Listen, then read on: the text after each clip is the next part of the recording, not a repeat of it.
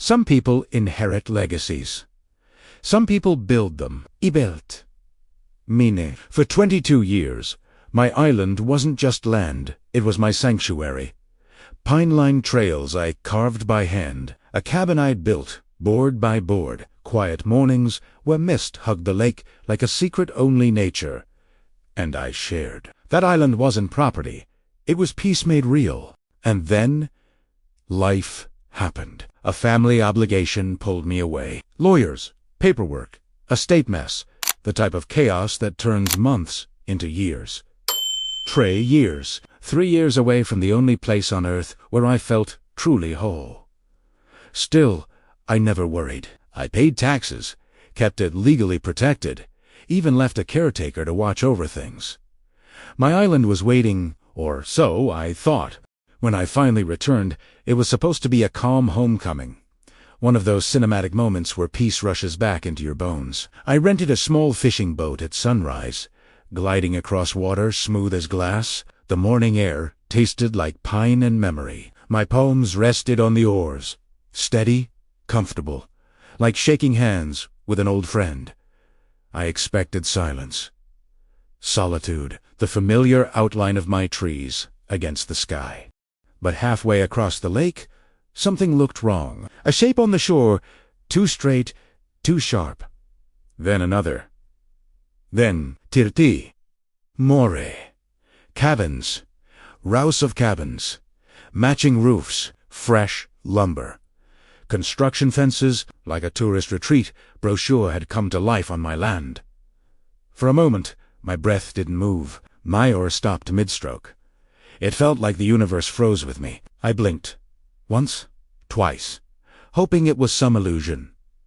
A trick of distance, a memory misfiring. But no. My island, my trees, my soil had been carved up, lined with rental lodges, floating docks, and solar lighting. A banner swung between two beams. Willow Ridge Lakeside Retreat.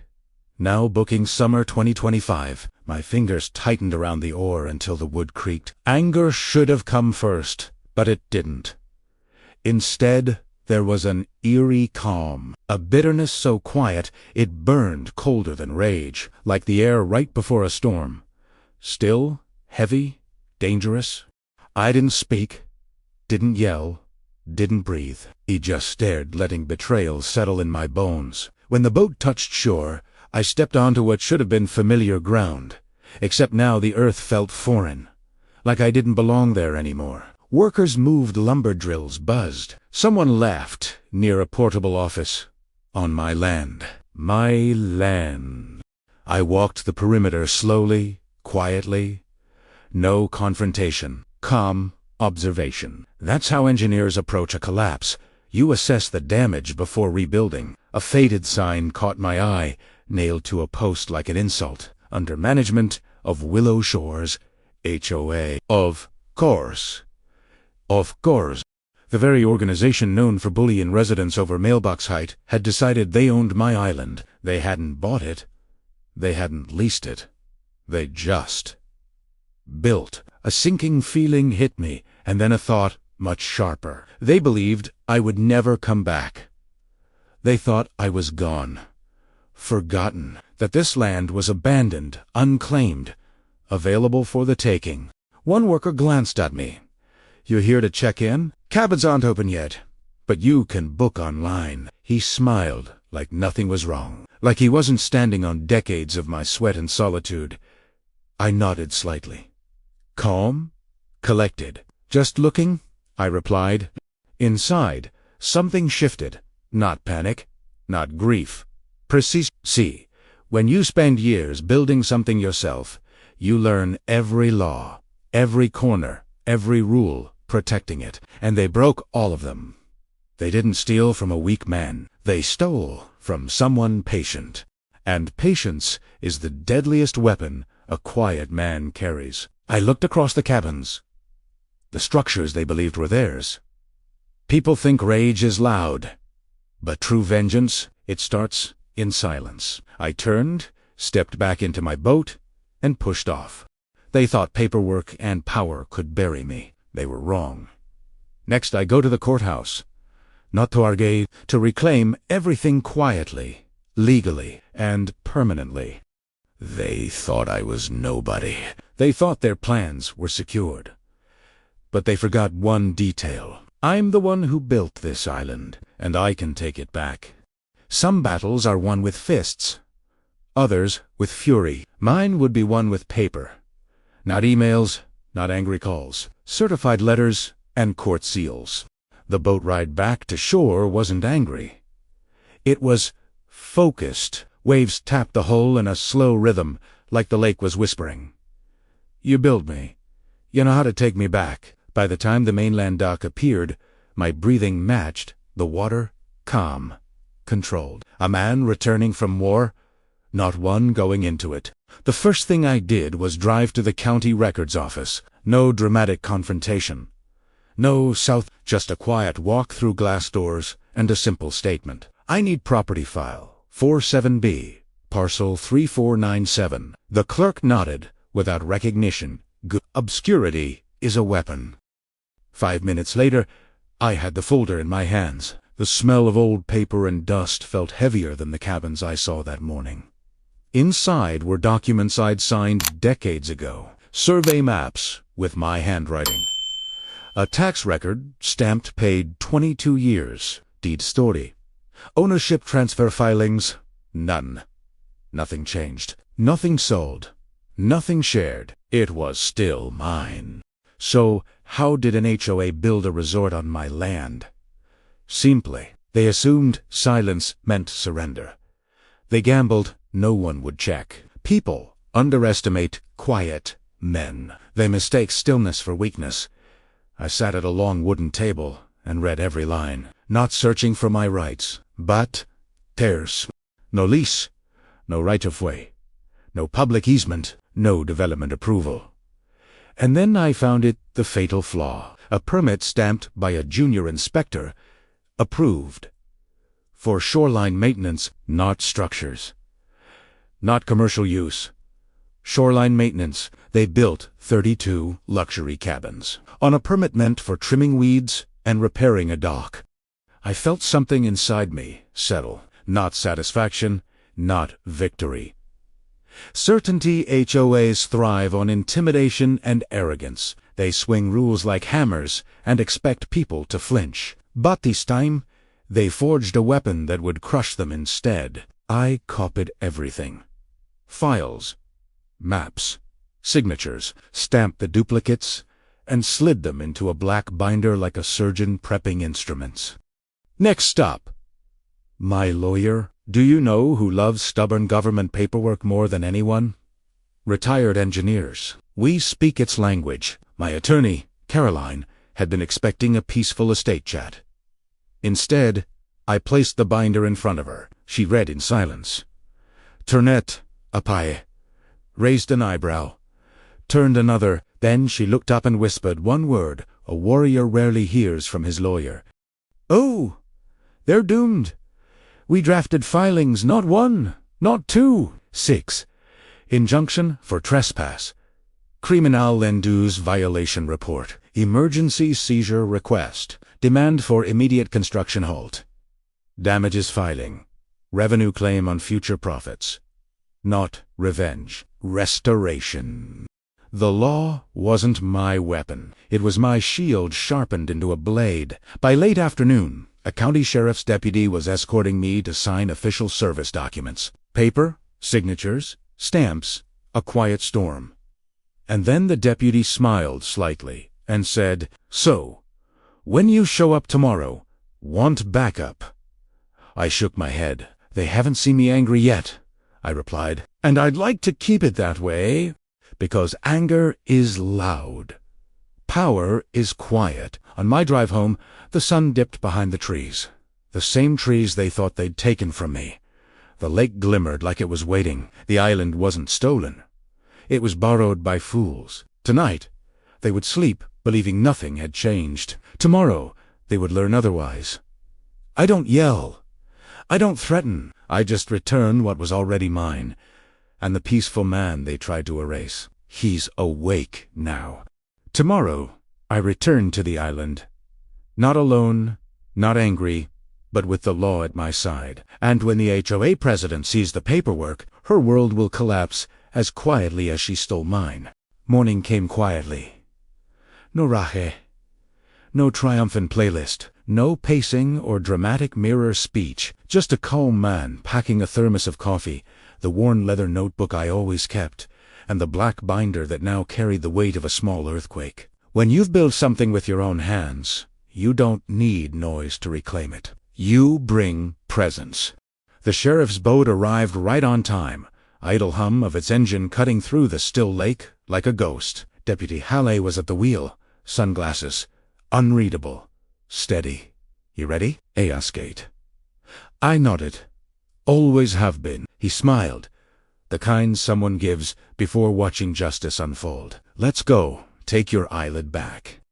As we moved across the water, the mist sat low over the surface, as if the lake wanted to keep our arrival a secret. My island emerged, slowly the pine tips first, then the rocky edge, then the cabins, like unwanted intruders pretending they belonged. Even now, part of me couldn't believe what I saw. Structures, decks, dock upgrades, solar panels, satellite, Wi-Fi dishes, all this built on the bones of a man's memories.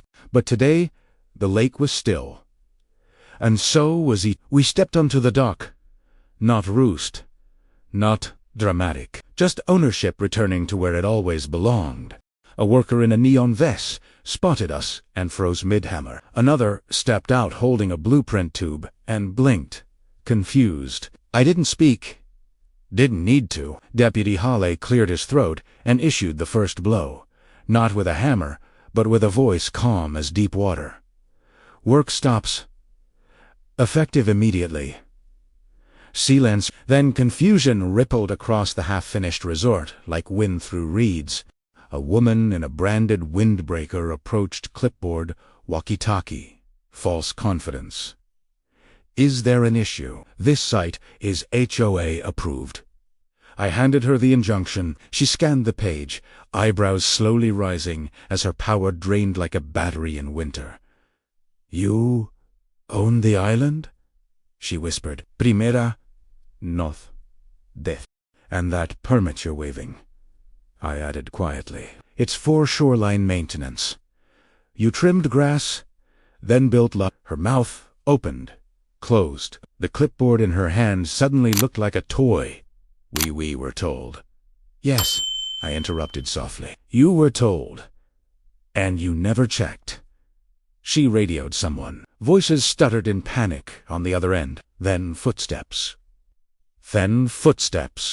The HOA president arrived, crisp polo, designer sunglasses, smug confidence that lasted exactly 3 seconds, until she saw the sheriff and the documents. That smile, the one entitled people wear like armor, cracked. You can't be serious, she sputtered. This island was classified recreational development land.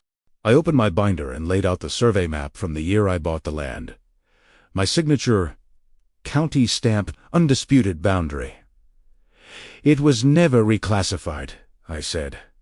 I would know. Her face went pale.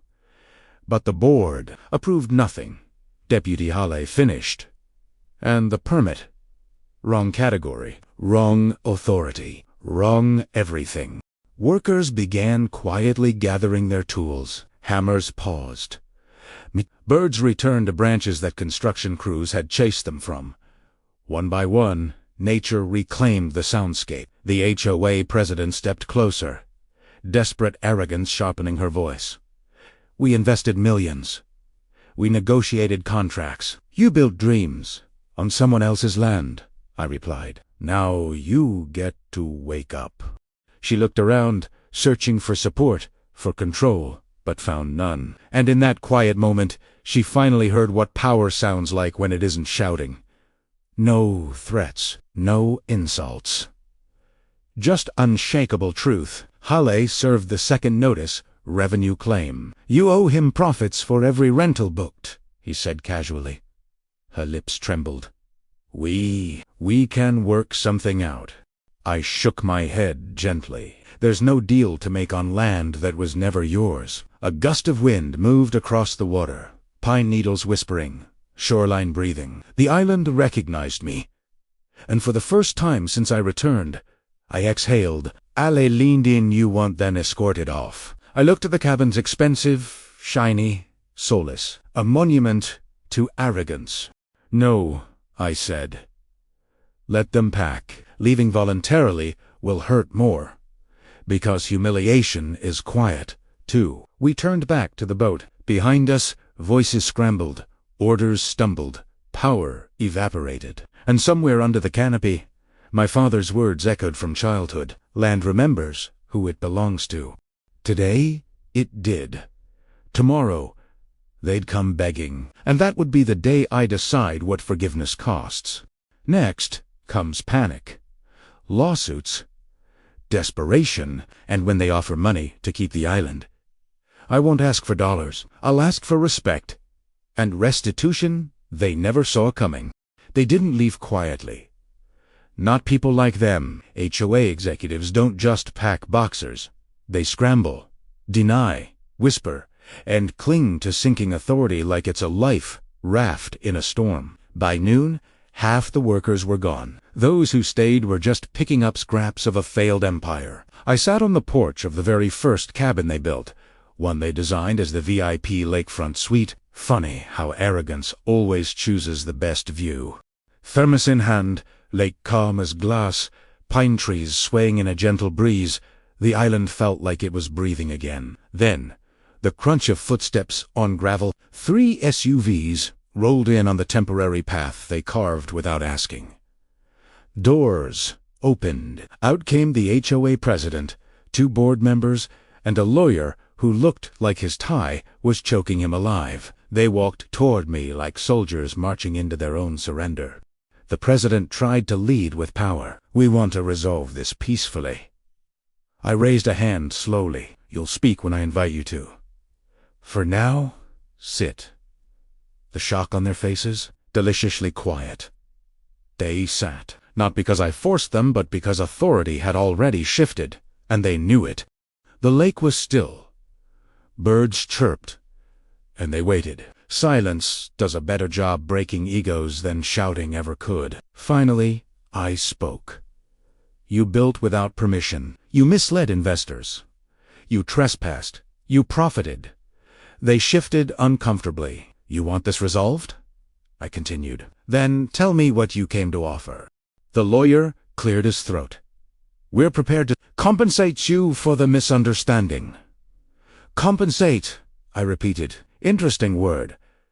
"How much is misunderstanding worth today?" They exchanged glances.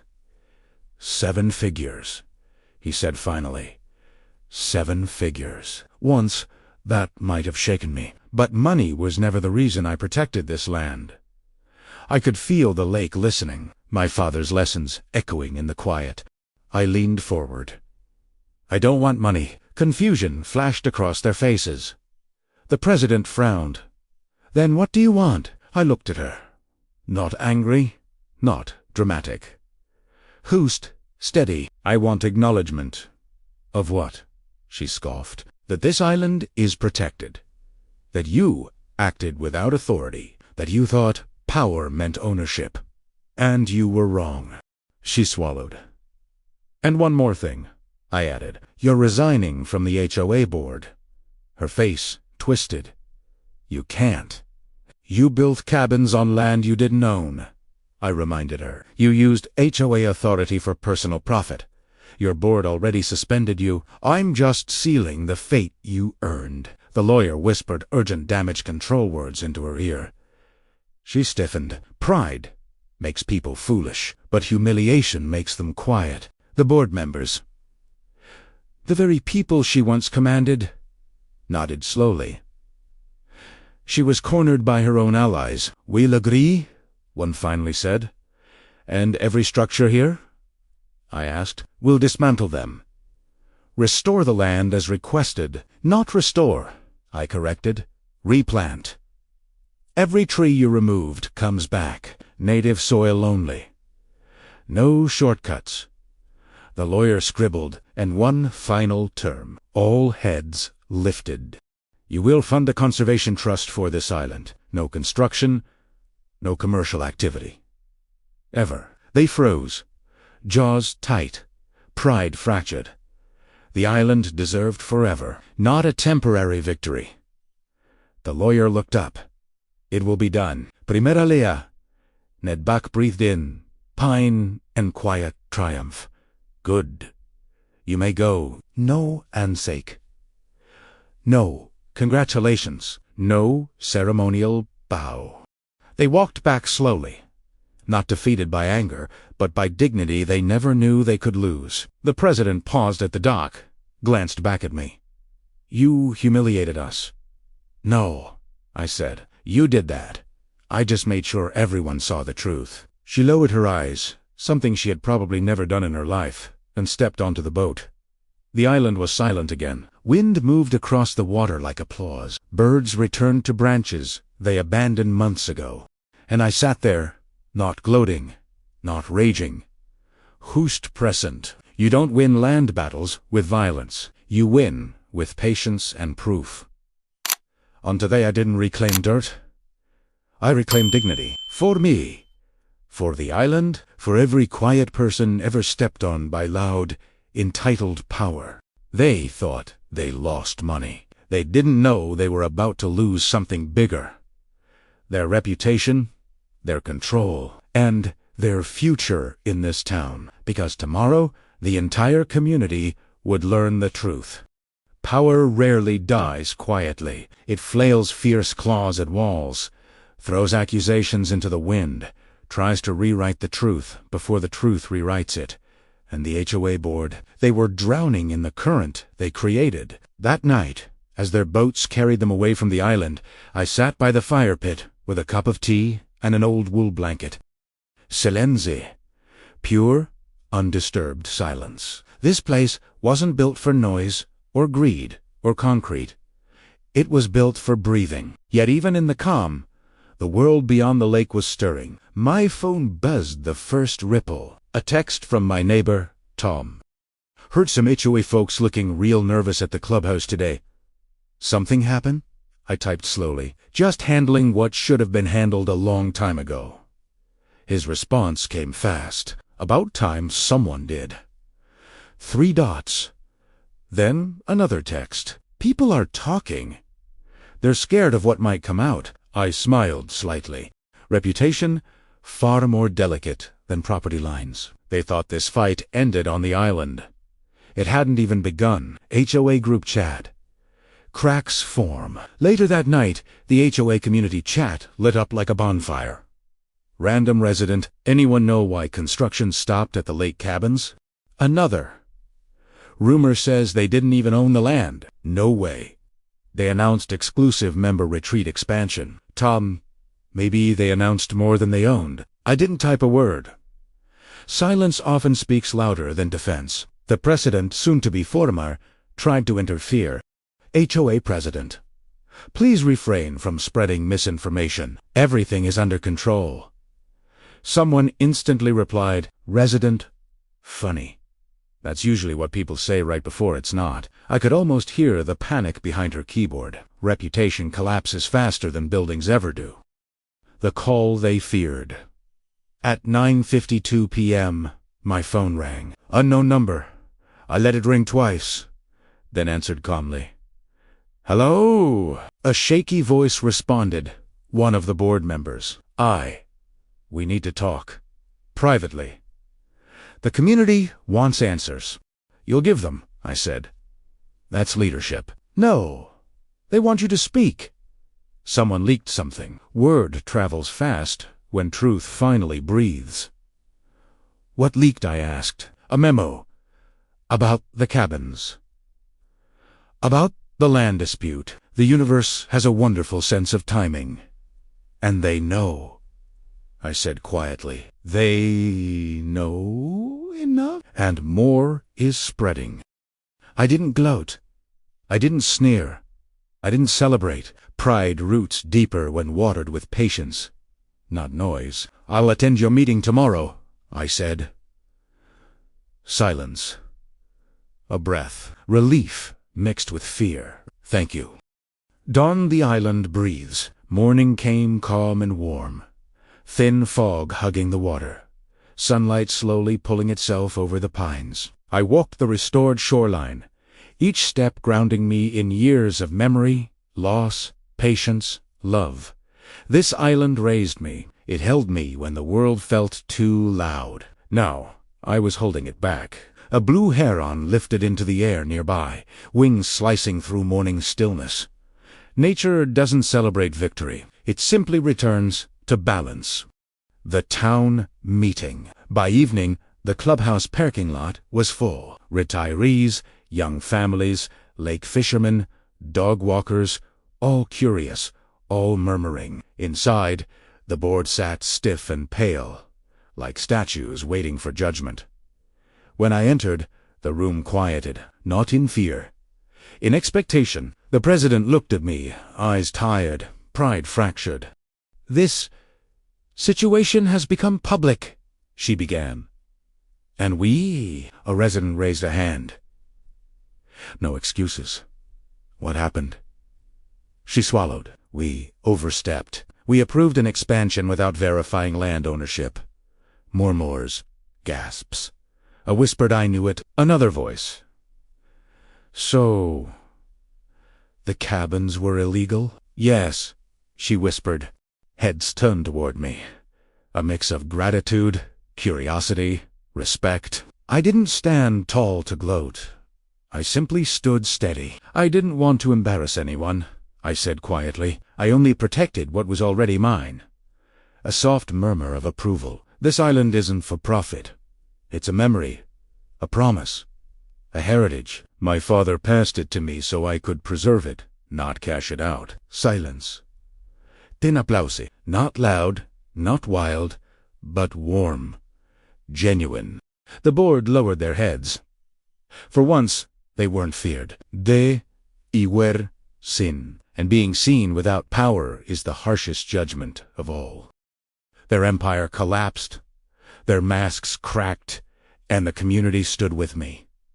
But peace doesn't always mean calm. Tomorrow, something unexpected arrives, something that forces me to confront not just them, but myself, and the island's future will depend on the choice I make next.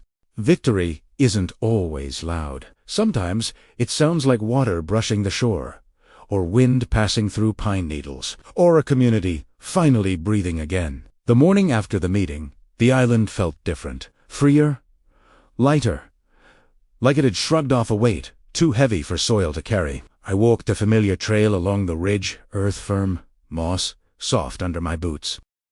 Sunlight filtered between branches in sharp, golden slivers. It felt good. Ten primera, sadoble, et alone, canoe approaching, slicing through the calm water.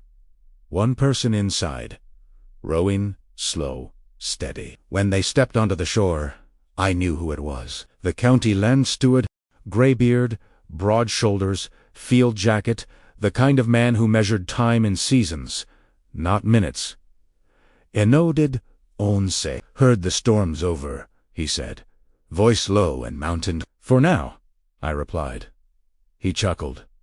"HOA. Folks don't quit easy. They retreat, then return with a new clipboard." I smiled. "I'm ready, if they do." He stepped farther onto the soil, ran his fingertips across a cedar trunk like greeting an old friend. "This land's been respected a long time. Your father understood that." I didn't speak, just listened. The island always deserved listening. Then he pulled a folder from his bag, thick paper. Wax seal. "County reviewed everything," he said. "Survey. Records. Their filings. Your claim." My breath held without meaning to. He placed the folder in my hands. "This island is no longer just private property," he continued. "It's registered as protected heritage land." The words felt heavy, sacred. Protected. Heritage. Land, not owned. Guarded, the way it always should have been. He looked out at the lake, hands resting on his belt, like a man satisfied with nature's answer. "We don't do this often," he said. "Only when land has a soul. and a steward who hears it. I exhaled slow, chest warm, eyes stinging more than I'd admit. Thank you. Enodeth once. Don't thank me. Thank the land. You just listened. He stepped back toward the canoe, and, he said, pausing, half smiling, County also issued a development-free zone. No HOA project touches this lake again. And just like that, he was gone, gliding across the water like time itself. Returning home. When I reached the clearing, I sat on the old stump where my father used to sharpen tools. I ran my hand along the grain. Deep, stubborn, proud. Like Eam, like this place, like the quiet things worth protecting. I thought about everything. The cabins, the arrogance, the humiliation, the fight, the reclaiming. And strangely, I didn't feel triumph. I felt completion. Some battles aren't won to prove strength. They are fought to keep promises. Unexpected visitors. By afternoon, soft footsteps approached, cautious, hesitant. The former HOA president, no entourage, no suit, no clipboard. Just her holding a small pot of flowers. Purple asters. My mother's favorite. She stopped a few feet away, hands trembling slightly. I didn't come to reclaim anything, she said quietly. I just came to apologize. The wind stilled. Even the birds paused. I thought leadership meant control, she whispered, but real leadership is protection. And I failed at it. She placed the flowers on the ground. Not like a gift, like an offering. Silence settled between us. Not cold, not angry. Hust own. This place changes people, I finally said. It brings out whatever they hide elsewhere. She nodded, tears silent and quick. Thank you for preserving it, she said. Then she walked away. No dramatic exit. Hust humility finally learned for the island, she said. And for the trouble I caused. Primera lead. Ending. The island speaks. As the sun set, the lake glowed gold, like fire without heat, like memory made liquid. I sat with a fresh cup of tea. Air cool, water still. The island was safe, not because I fought for it, but because I belonged to it as much as it belonged to me. Some inherit money, some inherit land. I inherited duty, and duty, when honored, becomes peace. In the distance, a loon called. Long, hollow, ancient, Aramender. Peace is never permanent. But as long as someone remains willing to protect it, it always returns. Suburban war. Island war. What is next? Sometimes the biggest battles aren't with neighbors. They're with family. And tomorrow, an unexpected visitor will arrive with news that changes everything again.